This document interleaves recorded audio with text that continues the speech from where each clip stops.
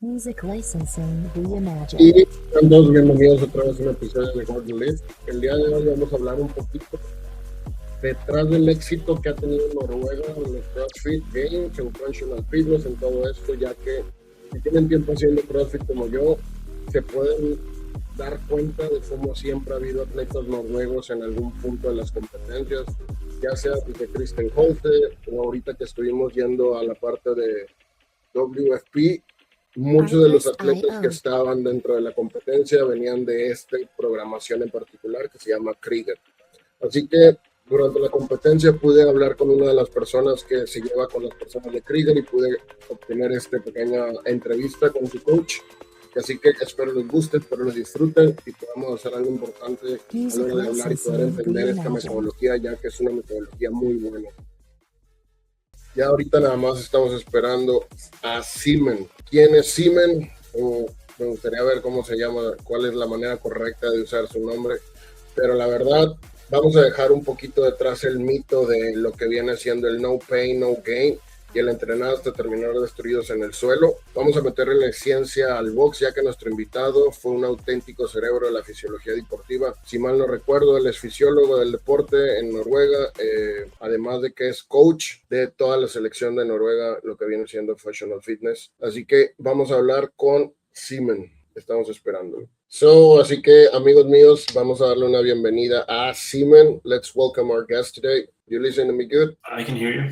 Okay. So, Simen, thanks for taking the time to be here in the episode. I've been looking forward for this conversation for a while because I recently witnessed on WFP how really good the athletes from Kriger Training, and at least I think it's your athletes, most of them. So I would like to learn a little bit about your methodology or country methodology, because a few years ago when I spoken with one of the coaches that I had, he mentioned that functional fitness is an official sport in your country. So yeah. I would like to learn a little bit of that. What would you tell me about your background and who you are, if you can introduce yourself to the people of my community in Mexico? Yeah, so I'm Simen. I'm 35 years old now, and I am a sports physiologist by education, and I have a bachelor's degree in that.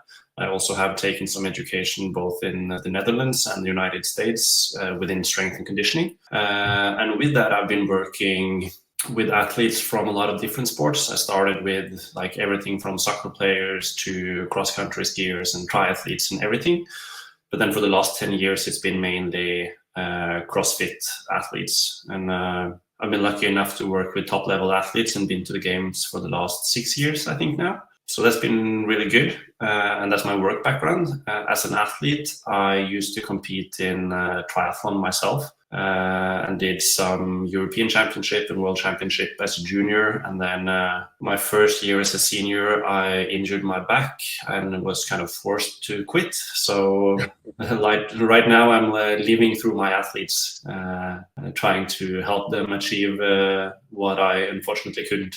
That's amazing. Like I've been doing CrossFit for almost 13 years. And one of the things that I've seen in this decade, it's always an Oregon athlete somewhere in the competition. The first athlete that I remember is Kristen Holte. Yeah. I think it's pronounced good. So from that, how was your introduction into CrossFit Games and functional fitness? How is that your country established functional fitness as a sport? And that what I was checking on internet, it's like it's not just like in US or in other countries that you can go play soccer or you can play basketball or something.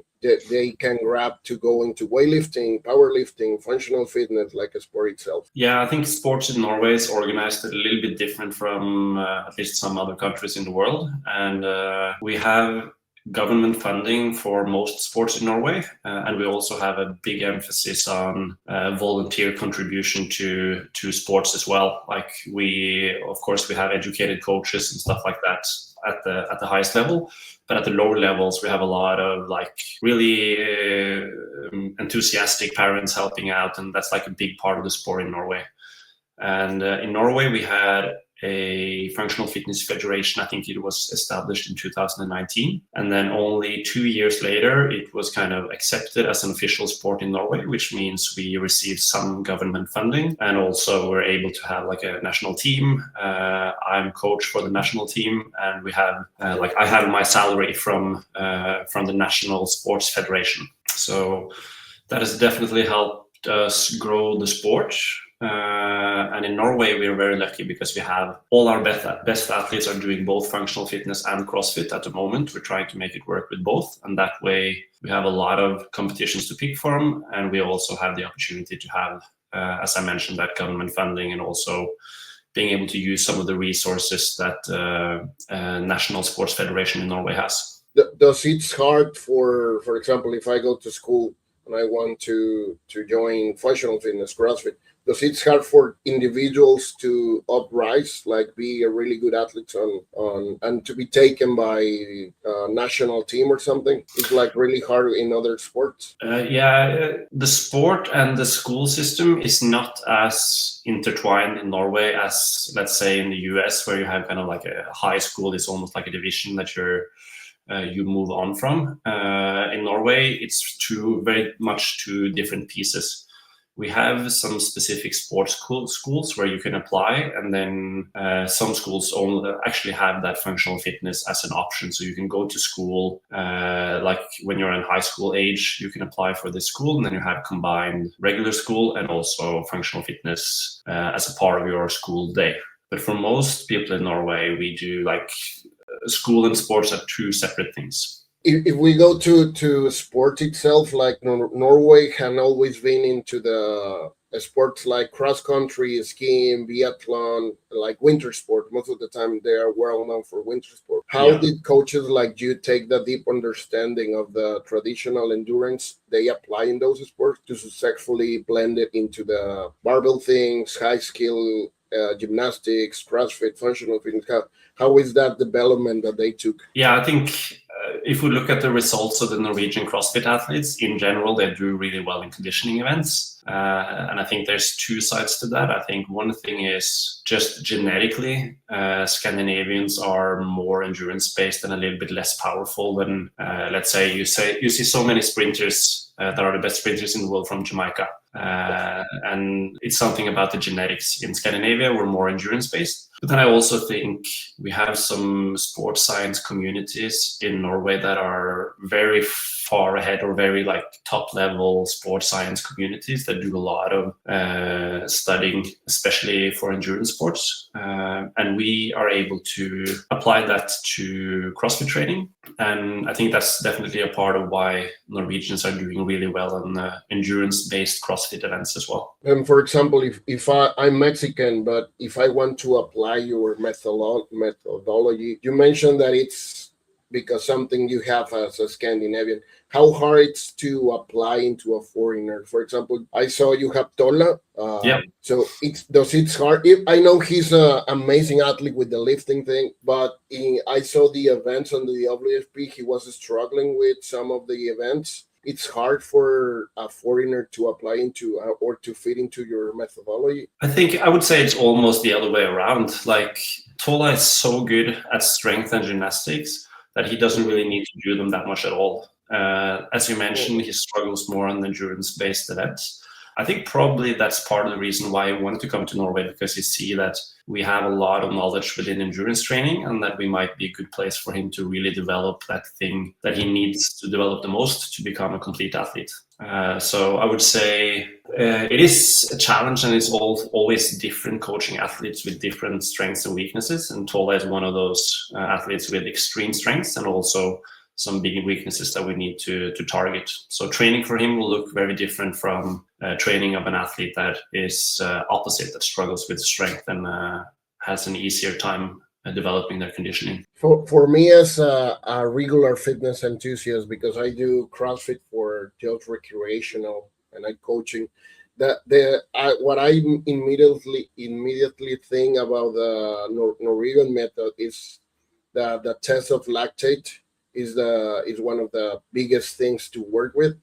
For example, for me, how how do you think it will be the best option to start with? Because I was trying to look for something to try to work in lactate threshold, but how hard is to start with a person that never been into Norwegian method? How would you start with? The first thing we always do is we have this thing we call an athlete profile. So everybody that signs up for the Kriger program, no matter if it's generic programming or individual coaching, they go through this athlete profile, and it's a lot of tests. I think it's about 25 benchmarks or tests within strength, Olympic weightlifting, gymnastic, conditioning, all part of it.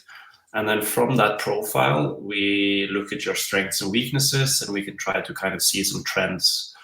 And if you especially need to work on your conditioning, the next step will be to look at your season schedule and look at how much time we have before you need to really perform. And if we have enough time, we prefer to start with a base building period where we focus a little bit more on higher volume, less competition intensity, a lot of threshold work with lactate measurements, as you talked about.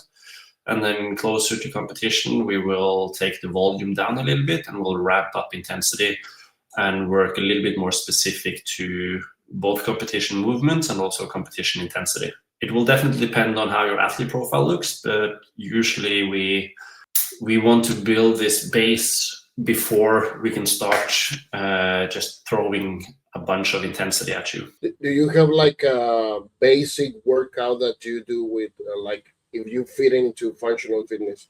What would be a typical test that you will do? Endurance tests that we have in the athlete profile is a couple of tests. We have the 5K run that we have everybody do, which means we have about 1,000 scores from athletes on the 5K run. And we have a 10-minute echo bike for calories. And we have 100 burpee box jump overs for time. And then we also use 1,000-meter row as more of an anaerobic endurance test, because we saw that in stage 1 online games in 2021 where we had the corona year. So we have a lot of numbers of top level athletes on that as well. So that's like our 5 main endurance tests. And because we run all our athletes through those tests, we have a lot of data and numbers to give us very accurate estimates, like this is a good score, this is not a good score. If you want to perform in semifinals, this is where you need to be. And then we can take your scores and see where you stack up, and also see where we need to put in the most effort. How would you explain to normal people why keeping your lactate stable between 2.0 and 3.5 millimoles per liter actually makes you fitter and the fastest on the long run? The short explanation would be that training is like it's a constant trade-off. The harder you train, the more recovery time you have. But the easier you train, the less recovery time you have, but also the less adaptation you have. And what we've found is in a lot of sports, especially longer endurance-based sports like triathlon and cycling and stuff like that, there's this sweet spot where you're working out with enough intensity to get really good adaptation, but you're not working out so hard that your recovery time is really long. And that's what we call the threshold, or like that's why we use lactate to kind of hit this specific intensity where you're working out hard enough to get really good adaptation, but not hard enough to have like multiple days of recovery time.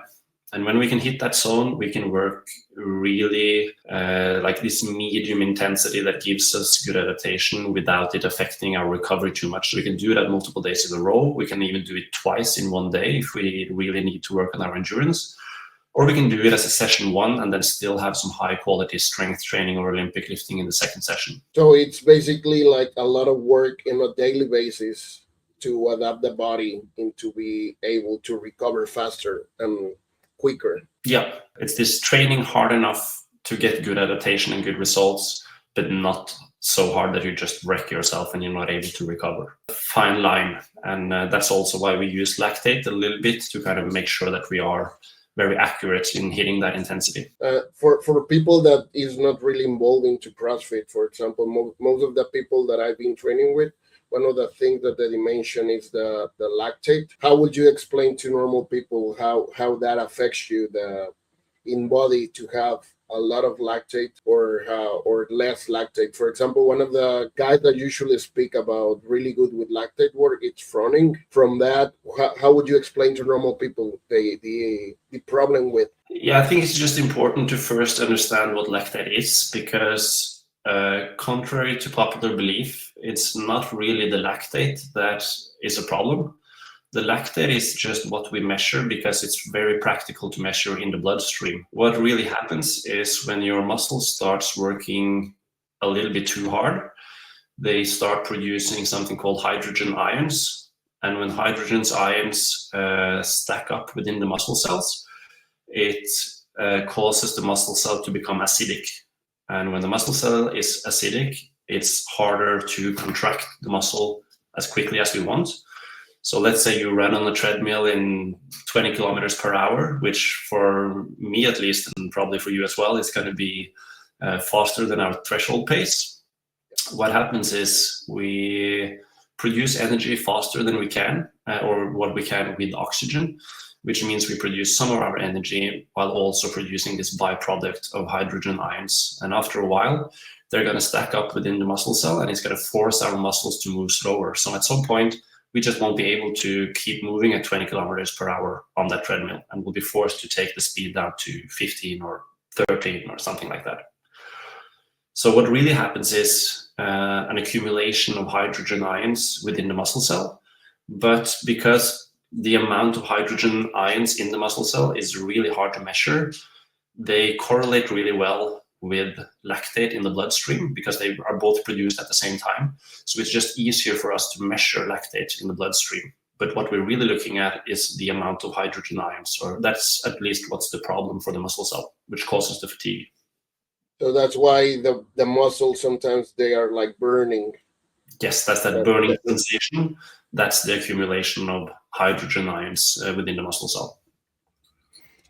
And what happened physiologically when we are training that in that right threshold that you mentioned? How does it that improves our body stability to clear lactate, and why is the game changer inside the heavy metcons? Yeah, I think one of the main benefits of that threshold training is when we're doing that, we're working at an intensity where we are producing those hydrogen ions that we are a little bit afraid of producing too much of. But at the same time, we're able to get rid of some of them or clear them from our muscle cells. And when we're working at threshold intensity, we have this perfect balance between producing hydrogen ions and getting rid of them. And if we hit that intensity, we can do intervals of like up to an hour, which gives us a lot of time for the body to adapt in getting rid of those hydrogen ions and keep moving with some hydrogen ion production in the muscles. You mentioned that sometimes you even have like a double threshold in a day. One of your signature strategies is that you mentioned, that even sometimes you're training in double session, doing high quality intervals twice a day or in a single day. How do you structure a double threshold day in an athlete without frying their central nervous system? Yeah, if you do that with enough intensity control, it actually doesn't feel that hard. Most people, or at least some people, will feel like it's an easier day than going for like a really tough clean and jerk burpee metcon and then doing echo bike intervals on the second session.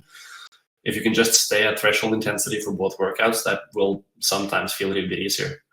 So we don't do that with all athletes, but we do it with athletes that specifically need to improve like one specific movement within conditioning.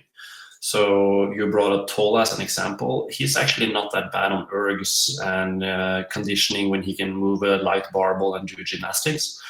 For Tola, one of the main things we wanted to work on when he came to us in Norway was improving his running. And running is dependent on all of those physiological things that we just talked about, like things that are happening within the muscles. But they're also very dependent on your muscles' ability to withstand or hold off fatigue, like specific muscular fatigue in the muscles you use when you're running. So doing a double threshold session where both sessions are running would be very beneficial for an athlete like Tola, because you can put the muscles through a lot of volume and a lot of load, while not going too hard, and you're still able to recover, which causes great adaptation without causing too long recovery time. For example, in my case, I hate running. Would you recommend me to do like double running session in a day? Depends on you. If you do CrossFit just to have fun and you hate running, I definitely wouldn't do double threshold running because there's no fun at all. But if you hate it because you don't perform well on it and you want to improve, then I would say at least experimenting with double threshold running session might be a good idea. It depends on how much you have been running before, but if you have been doing like 2 running interval sessions per week for a while, you should be adapted and ready to at least experiment with the double threshold and see if that kind of stacking that volume a little bit closer together will give you some further adaptation. It's like for me, when I was a kid, I remember in elementary school, I was in the running team. I don't know when or why I stopped really caring about running. Maybe, I don't know how it's in Norway, but in Mexico, it's like if your dad was good at running, you need to be running. So I remember my dad was a pain in the ass with me with the running because he was on the state team. Yeah. And I remember I just quit, and I quit sports like from my 17 to my 27 when I met CrossFit. So every time when I started, every time that I saw on the blackboard or the chalkboard running, I skip.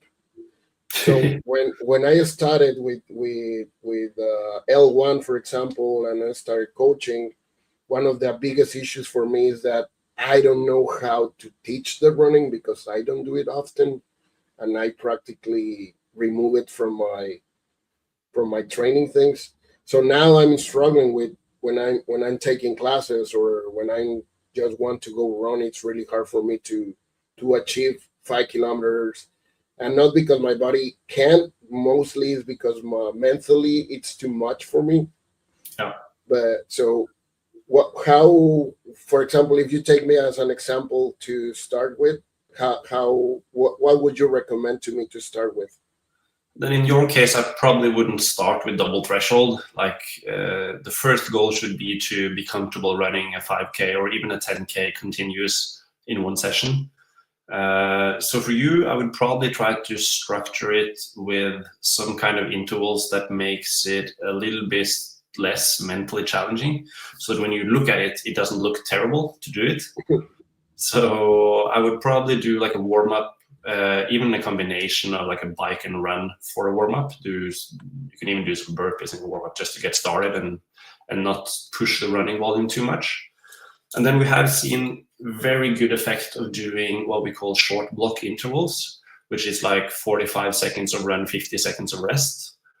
And then do that for, let's say, 8 minutes, and then rest for 2 minutes, and then repeat that 3 times. So it's actually a 3 times 8 minute running interval, but every 8 minutes is divided into 45 seconds of work and 50 seconds of rest. For people that hate running, that usually looks more enjoyable because when you jump on the treadmill or when you start running, it's only like 40 seconds until you get to rest again. And then all of a sudden the session is done and you have got some really good volume in. And we do that a lot for the top level athletes as well, because what we see is if we do 45 seconds on and 15 seconds off, they can run a little bit faster than what they would do if they just ran 8 minutes continuously. And that small increase in speed really drives the adaptation. It's super beneficial to just practice running faster or practice a higher pace on the eco bike or a higher pace on the ski erg or whatever it is. So those short block intervals are very, very beneficial to accumulate a lot of volume at competition pace or competition intensity without frying yourself completely. That sounds really enjoyable. If you put me like short intervals, like you mentioned, it will be more fun, at least for me. Yeah. When we are running or in the cycling thing, that the lactate rises smoothly with every pace, but it goes with the same pace that we are running or doing the work. But in CrossFit, it's different because we have a lot of variations of movements. In your experience, severe muscular, while you're training, you experience like heavy or severe vascular occlusion. How do you monitor and adapt lactate testing when mechanical muscle fatigue is heavily interfering with the aerobic response? Yeah, that's one of the big challenges with CrossFit, that we can use lactate measurements for, like you said, steady state work, like running and ski ergs and bike. But it's really hard when there's a combination of burpees and thrusters. So what we do is we use lactate measurements on the ergs and the monostructural movements, and then we match that with heart rate. So let's say that your perfect threshold intensity while running is a pace that correlates to, let's say, 165 heart rate, 165 beats per minute. Then if you do a Metcon with different movements, your heart rate is still probably going to respond the same unless you're absolutely muscular limited. Let's say there are thrusters at 135 pounds. That might be a movement, unless you're super strong, that is more muscular limited than your cardiovascular system. And then it doesn't make sense to look at your heart rate anymore. But for most like cyclical movements like wall balls and double unders and burpees and light barbell cycling, some gymnastic movements, if you're really good at them, then heart rate correlates really well to how hard your cardiovascular system is working. So we don't have to do lactate measurements if we know how your lactate corresponds to heart rate. For example, yesterday, the workout that I had on the class, I felt like extremely fatigued after. And if you watch it, maybe for you it's super easy. It was 200 meters run, 50 wall shots, then 50 toes to bar, and we finished with 5 power clean in 185 pounds. 185 pounds for me is like a medium weight, and I don't have any issue doing, maybe I split the toes to bar 10-5 and the wall shots unbroken. But every round that I was doing, because it was an hour of 22 minutes, I felt muscular fatigue. Like I started running, then fast walking, and at the end I was like barely walking because I felt overwhelmed. That type of workout will be like a good test or something. Yep. If you have the strength to move the 185 pound barbell in a power clean pretty easily, and you have the strength in your core muscles to do the toes to bar either unbroken or like in sets of 10 and 5 with a short rest in between, that definitely sounds like a workout that is limited by cardiovascular capacity. And the feeling you get like when you go from the power cleans into the run, and after a couple of rounds it gets harder to actually run and you have to walk, that is probably what we talked about, this accumulation of hydrogen ions in your muscle that just forces your muscles to contract slower. And at some point it's going to be really hard to keep running, and you're forced to go walking. And the way to work on that is, as I mentioned, have the strength to move the power cleans, have the capacity in gymnastics to do the toes to bar quickly. And then after that, it's just cardiovascular capacity. And cardiovascular capacity is mainly about your heart's ability to deliver oxygen to the muscles. Because if your heart is really big and strong and can move a lot of oxygen through your bloodstream, that means your muscles can contract without producing these hydrogen ions. And then you never get into this position after 12 minutes in this Metcon where you feel like you have to start walking because you just have so much accumulation of hydrogen ions or lactic acid in your muscles. So definitely, if you have the strength in the toes to bar capacity, the main limiter is going to be your heart. And how can I work with like improving that? Well, there are 3 main factors or 3 main types of training that is going to help that. One is doing high volume, low intensity work. Number 2 is doing this threshold work that we talked about, this very specific zone where we get a very short recovery time but can accumulate a lot of volume. And the third thing is going to be working really high intensity and accumulating time around 90% of your maximum heart rate. Because if you work at at 90% of your maximum heart rate, your heart is going to be put under a massive load. And what happens is it will adapt, grow bigger and stronger, and help you transport more oxygen in the next session. So we structure our conditioning training around those three main things: low intensity, high volume work, zone 1 as we call it, so 1 and 2. And then we have the threshold work, and then we have the high intensity work that really puts a strain on your heart. You mentioned monostructural, and I know a little bit about that, but for normal people or beginners in CrossFit, how would you define that monostructural work? I would say monostructural work is all movements that you can do continuously for more than 5 minutes, which means for the top games level athletes, wall ball is a monostructural movement because they can do it for 5 minutes. Double unders is a monostructural movement because they can do it for at least 5 minutes. Obviously, running, skier, rowing, bike, eco bike is monostructural movements for most athletes because they can do it non-stop for at least 5 minutes. So it's just movements that you can keep repeating without stopping for at least 5 minutes. On a practical level, do you prefer keeping the threshold work purely monostructural, like one of the erg machines and running, or do you also build lactate control mixed metcons for your athletes? It depends on the athlete. As I mentioned for Tola, he moves great. His gymnastics is perfect. His weightlifting is obviously perfect. He moves really, really well. His mobility is great. He has great technique in all movements. So for him, it's not really that important to get in a super high volume of toes to bar and light power cleans and stuff like that. So for him, we do more monostructural work. But then on the other side, we might have athletes that are good at running and maybe good on an eco bike, but they struggle to do a metcon with the thrusters and burpee box jump overs. And if that's the case, we might do more CrossFit specific movements as a part of their threshold training as well. Doing longer EMOMs, for example, where we have a set amount of reps that they perform to accumulate a lot of volume in those movements that they need to improve.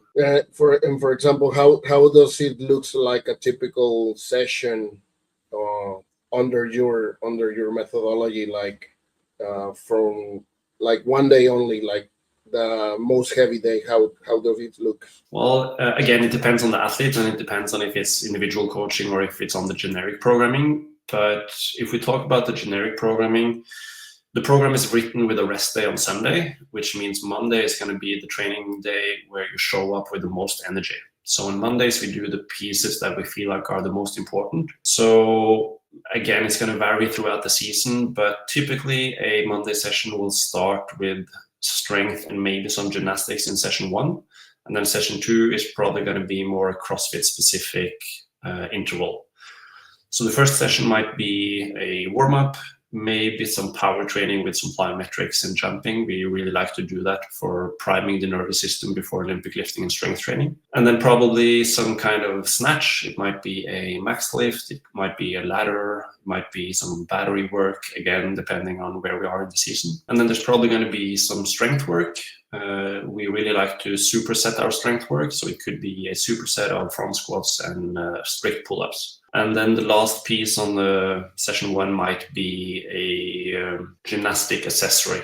Again, depending on where we are in the season, but working on straight arm strength in the handstand, ring dip positioning, straight arm strength on the rings and bottom of the ring dip position, and core strength, for example. So if that's session 1, then session 2 might be an interval session where we do 6-minute AMRAPs, and then we repeat that 4 times. And typically we like to do 2 different 6-minute AMRAPs so we can touch on a lot of different movements. So we do 1 6-minute AMRAP, rest for 2 minutes, do another 6-minute AMRAP, rest for 2 minutes, and then go back and do the first one again, rest for 2 minutes, and then do the second one again. And when we repeat those AMRAPs, it gives us like an idea of how well we do the pacing.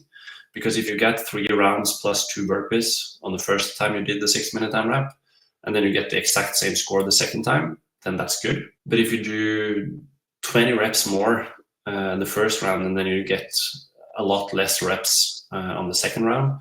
That means you probably went out too fast and you either lost some training adaptation or you pushed your recovery time longer than we want it to be. CrossFit requires like a really massive engine, and nowadays most of the athletes go into really heavy lifting in snatch, clean and jerk. How do you balance the massive volume on the threshold work with the recovery needed to maintain maximum strength on the lead or the common on the explosiveness power on athletes? Yeah, that's one of the main challenges with CrossFit, trying to get good at both of those, because they are opposite qualities.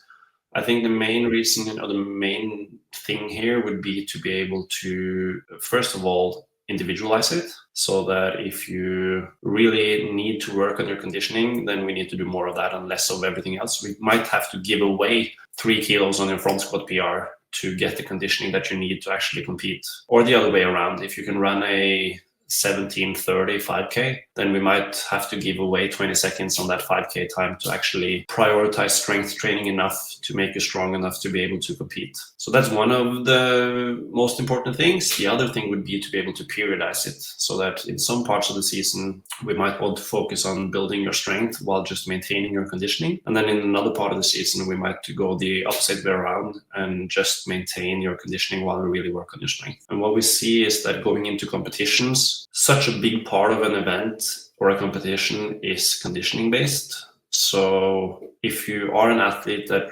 traditionally do well in conditioning events, you might spend a lot of time during off season really building your strength. But then when you get closer to the competition, you have to start prioritizing conditioning again, so that you can actually win those events that are wheelhouse events for you. So basically it's working to balance your skills and abilities during the season.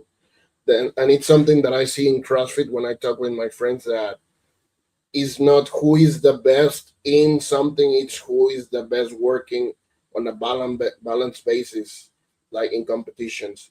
For example, the WFP, besides the deadlift test, most of the workouts were more into endurance and how to maintain the pace during those workouts.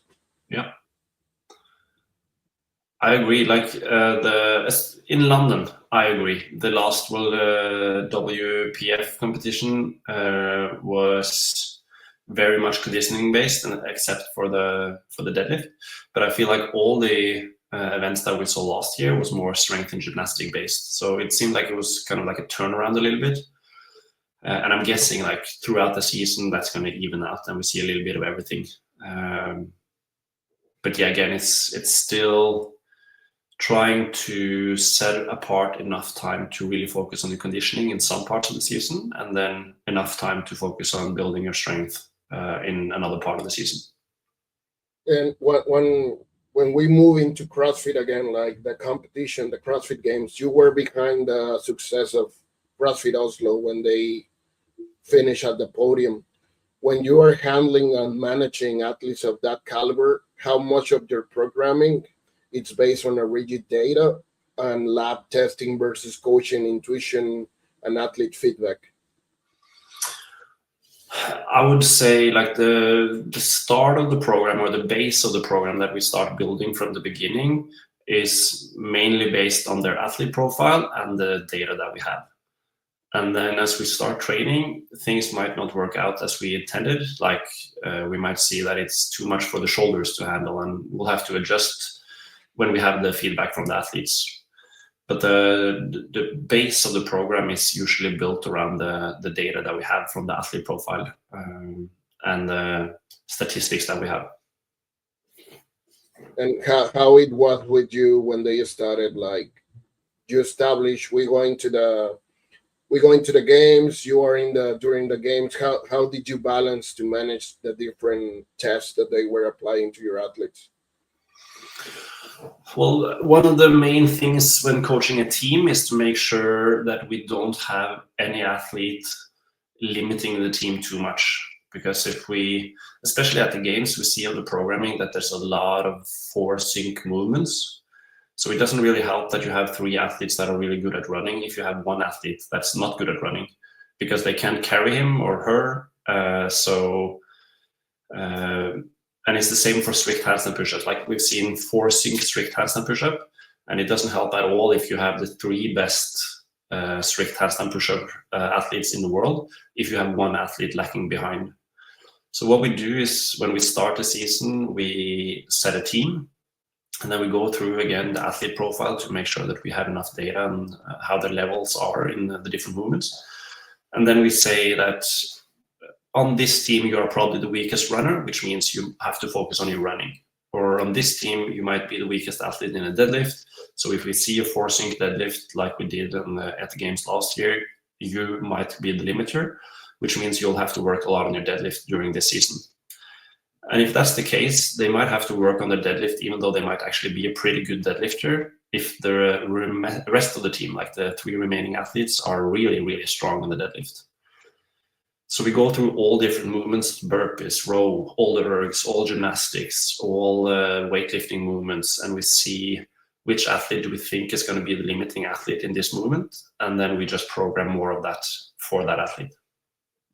Like nowadays, you mentioned a lot about your database. How big is your data with athletes nowadays? Like how many athletes you have on your roster? I have about 8 athletes that I work with very tightly individually. And then I have about 30 athletes that I do like semi-individual coaching with. And then I also write a part of the generic Kriger programming. And then we have other coaches as well. We have Joachim and Benjamin and multiple athletes that are in the same situation as me. Some of them have more individual athletes and some have a little bit less. But I would say in total, we might have around, I'm just guessing now, but I would say we have about 100 athletes on individual coaching. And then we have more athletes on kind of semi-individual coaching with they're following a generic programming with some adjustments. And then we have a bigger base of members following the Kriger programming. Wow, that's amazing. Like a lot of different people, and that you need to make it match if they are going to compete in a team. What is the number of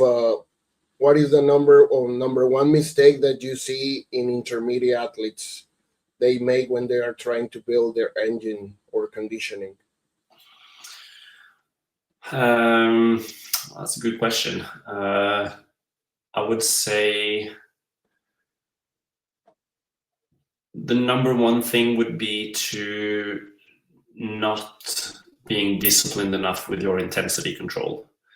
I think there's a tendency in CrossFit that like the methodology is basically go hard all the time.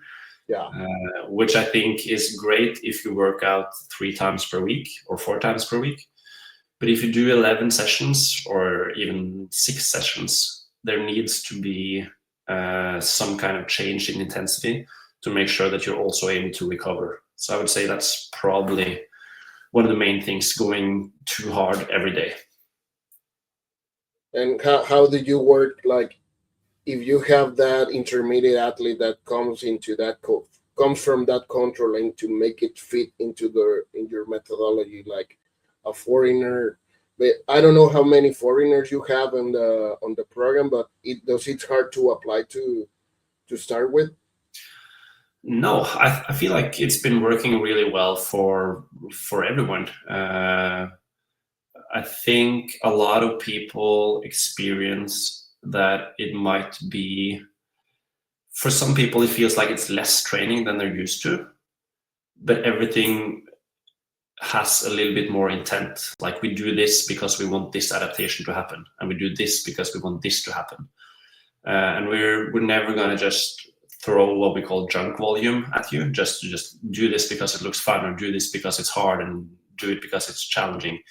We need to be able to tell you that we're doing this because we want to increase your heart's stroke volume. And we're doing it on a Monday because the rest of the week looks like this. And we're doing it with this amount of intervals, and we're doing it with this duration because we've seen in scientific data that this is the most effective way to do it. So I don't think it's hard for athletes to jump into this program. I think a lot of athletes experience that they see a little bit more vision behind what they're actually doing, like the reasoning for why we're doing the things we're doing. So it's like it's basically creation more conscious about how you train. Yeah, I think a lot of people also feel like they're getting educated, like they increase the knowledge about training. Yeah, at least for me, for example, while we were talking, there's a lot of things that I'm learning through the talk that maybe I have like a small basis of knowledge, but there's a lot of things that I've been even writing right now because there's a lot of things and information that I would like to apply for myself to the people that I work with. Uh, for example, if I would like to work with like going to Norway, does it's hard to study or something CrossFit functional fitness in Norway as a foreigner? No, I think like if you're coming to Norway to learn from the methodology that we're doing and the kind of training that we do, the best thing would be to come to CrossFit Oslo, because that's where all our coaches are staying, or almost all of our coaches are staying in Oslo and working out at CrossFit Oslo. And we have our main athlete base at CrossFit Oslo as well. We have some remote athletes that are staying in other places, but they often travel to Oslo so that we can kind of work closely with them. So if you're interested in coming to Oslo and train with us, you're more than welcome. And we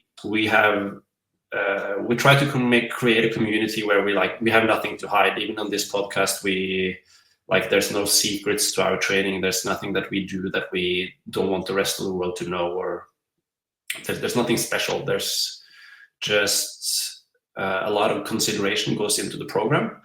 And I would say that becoming a top-level CrossFit athlete is really simple, but also really hard. But by that, I mean, it's simple to know what you need to do. It's just hard to do it. It requires a lot of dedication to eat enough and train enough and be focused enough and like do all those things that you need to do. But yeah, you're more than welcome to come to CrossFit Oslo and work out with our coaches and athletes. And for example, how would you define that? Why is so successful CrossFit Oslo in CrossFit competitions, or at least in WFP? Why Kriger is so successful with their athletes into competitions? Like what is the difference you have with all other programmings in CrossFit that they are around? I think there's two main things. I think number one is we are very,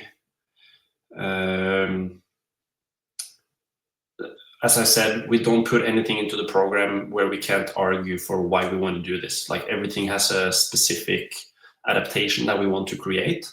And that specific adaptation is chosen out of your, like looking at your athlete profile. So everything is very individualized and everything has an intent. I think that's the number one thing. And I think the second thing is we have a very unique community in the Kriger training crew. One of the main problems with having high level athletes training together is they want to compete all the time. Yeah. And at some point that might lead to not being happy while seeing other athletes succeed. But I think that's unique with Kriger training. Definitely other places in the world have this as well. But in CrossFit Oslo, we have so many high-level athletes that really want the rest of the team to succeed. So if one athlete is injured, they might even come to training just to support the rest of the athletes. And when Tola is in Oslo, he's one of the best weightlifters in the world, and he might help some of the athletes with their weightlifting technique. But he might need some push on the running. So that means some other athletes might help him with his running technique or push him on his running intervals. So we have this community where everybody helps everybody, and also everybody wants everybody else to succeed. And I think that's really, really important. That's amazing because, like you mentioned, like everybody wants to compete on a daily basis. And one of the athletes that I judged from the WFP was I don't remember her name, but she was struggling with a wrist injury. And something that I saw that you mentioned is that they support each other like really good between, because she was on the floor in the competition floor, but when they move into another stage of the competition, practically she ran to support one of his friends from Kriger. And it's something really nice, because usually even you are working with in the same programming, at the end you want to succeed in the competition. Like how would you balance like the hunger the athlete it has to become better, into knowing that it's better to support when you can perform well? I think we have been able to kind of create this community, and Kristin Holt is definitely a big part of that. When she was still competing, she was one of those athletes that everybody else looked up to. And she was always willing to share her knowledge and her experiences and cheer for everyone else. And I think that kind of set the standard. This is how we want to act as athletes from Kriger Training. We help each other, and we help each other succeed. And if you come into this group now and you see that there are already 20 athletes that really like work together, it's very natural for you to do the same as everybody else. So now, once that we have this community of people or athletes helping each other and owing their success to each other, I think it's a lot easier to just keep that same thing going with new athletes as well. It's amazing. Just to end, like this has been like a masterclass for me. You giving my audience a completely different perspective of how to train smarter, how to use the data, value recovery in the trainings. So thank you for your transparency, because like you said, there's nothing to hide in your methodology. So thank you very much for that. How will I know maybe people knows the athlete from Norway, but how can people reach you if they want to work with you? I think the easiest way would be to just find the Kriger Training on Instagram and just send us a message. And on Instagram, you'll also find a link to our webpage where you find all the programs. You can read about all the programs and see what kind of program fits you well. If it's individual coaching, if it's one of the generic programs. We have some generic programs that are more of a combination of generic program and individualization. So I think we have some options that might fit for everyone. And as I said, like, everyone is welcome to Oslo and train with us. There's transparency, and we have nothing to hide, and we really want to help others succeed as well. So come to CrossFit Oslo or find us on Instagram and send us a message. Thank you. So I will catch you in 5 minutes. Thank you. I appreciate your time, and I hope you enjoyed talking, because we don't often have the chance to talk with a high-level coach. So I appreciate your time. Thank you for having me. It's been a pleasure. So, amigos, muchísimas gracias por haber estado aquí en el programa. Les agradezco muchísimo. Lamentablemente no son personas con las que podamos hablar en español, y un poquito me trabo todavía en el inglés, pero lo importante es tratar de aprender todos, ver que no solamente se trata de ganar, no solamente se trata de estar compitiendo en todos los momentos, sino ir trabajando para poder ser un poquito más exitosos a la hora de nuestros entrenamientos. Les agradezco a todos por los likes, los comentarios, y espero hayan disfrutado de este podcast con Simen, ya que es un coach que ha tenido demasiado éxito a la hora de CrossFit o Functional Fitness. Así que nos vemos, les agradezco a todos, adiós.